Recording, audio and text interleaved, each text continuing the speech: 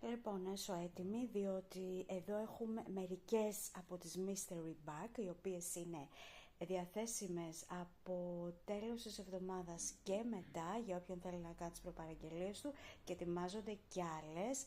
Θυμάστε τι είχε γίνει στο προηγούμενο προφίλ, δεν είχε μείνει ούτε ρουθούνι, είχαν εξαφανιστεί όλες, μου ζητάγαν και μετά και δεν υπήρχαν.